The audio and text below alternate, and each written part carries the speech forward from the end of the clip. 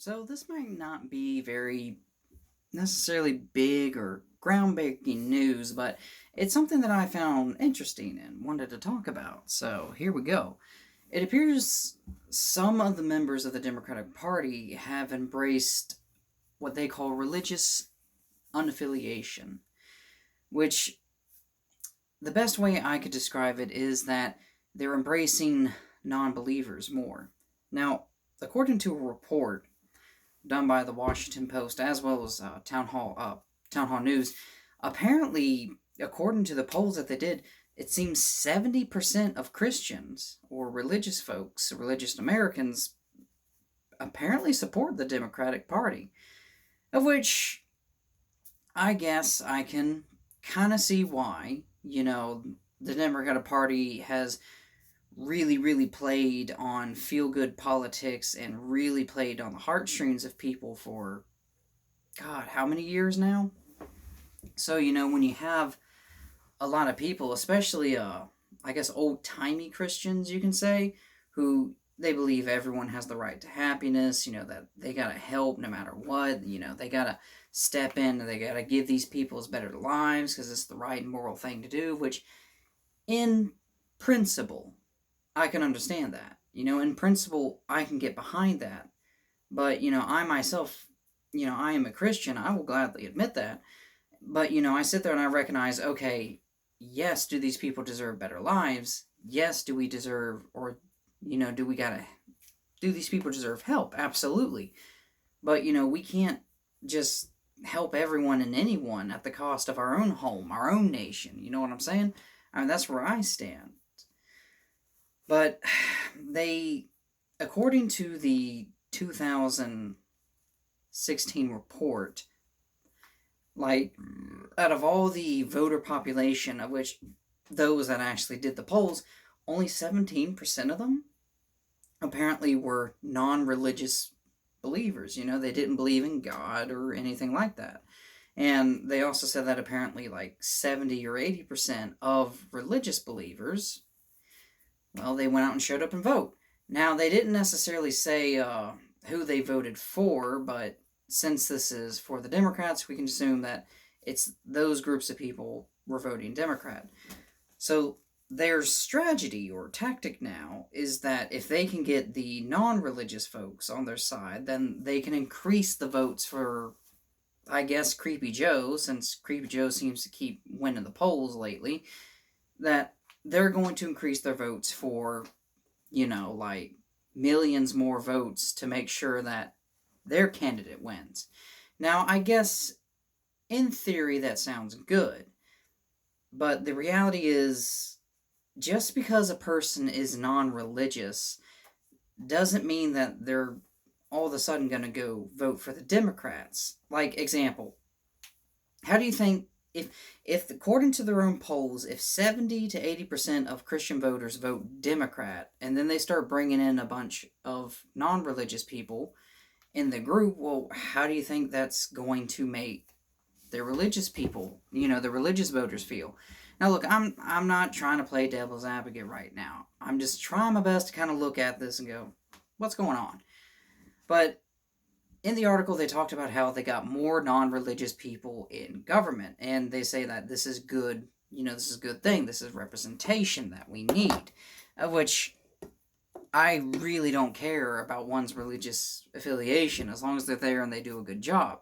Like, I will admit, when Ilhar Omar first got elected in office, I was talking to a friend about it, and I told him, we're going to have to wait and see if she actually follows the Constitution and goes for America, or if she goes by her own religious affiliation, which, for those who's been paying attention, well, she went to her religious affiliation. But, this one is kind of tricky. There's tons of non-religious people that believe things that a religious person can believe.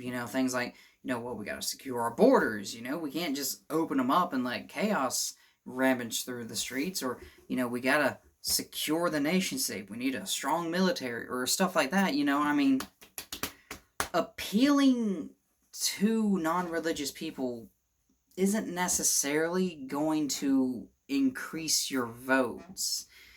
I mean, let's think about this for a second. So, as I said, according to the polls, apparently 70 to 80% of Christian voters voted Democrat in the 2016-2018 election. Not sure if that's necessarily accurate, but I guess that's with the people that voted for Hillary Clinton and the Democrats.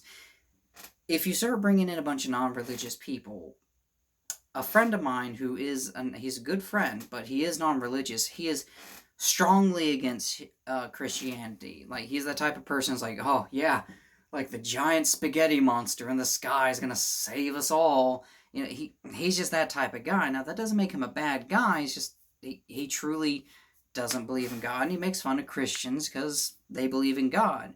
You know, he was formerly a Christian, but he had the mindset of, God never done anything for me, so why should I trust him? Why should I believe in something that doesn't exist in his mindset?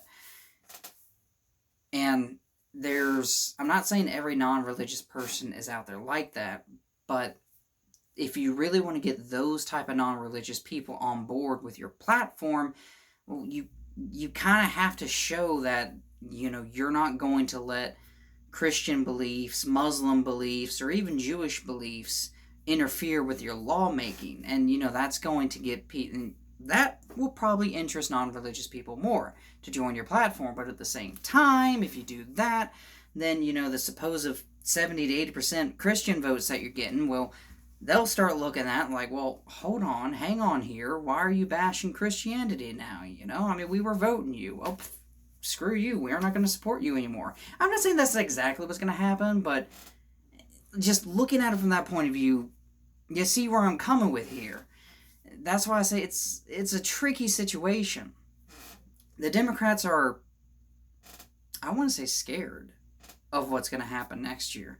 Now, I don't know if Donald Trump's going to win or not, but given some of the recent history right now, they're pulling everything they can out of the book. And hell, it looks like they're even going to try to appease to non-religious people, trying to get as many votes as they can. As I said, and many other people said before, there is an identity crisis within the Democratic platform and the party. They don't know who they are, and them trying to appease to everyone, non-religious, Christians, Muslims, the immigrant, both illegal and illegal. It's just you're trying to take in so many identities. You have an identity crisis. You kind of sit here because when you bring in a lot of things like, a non-religious person and a Christian person, well, if the Christian person sits there and focuses his policies on like something like how he views the Bible, well, the non-religious person will probably take issues with that policymaker because it's like you're not following what's best for the people. You're following something that was written by a man and this giant spaghetti monster supposedly told you to preach or do.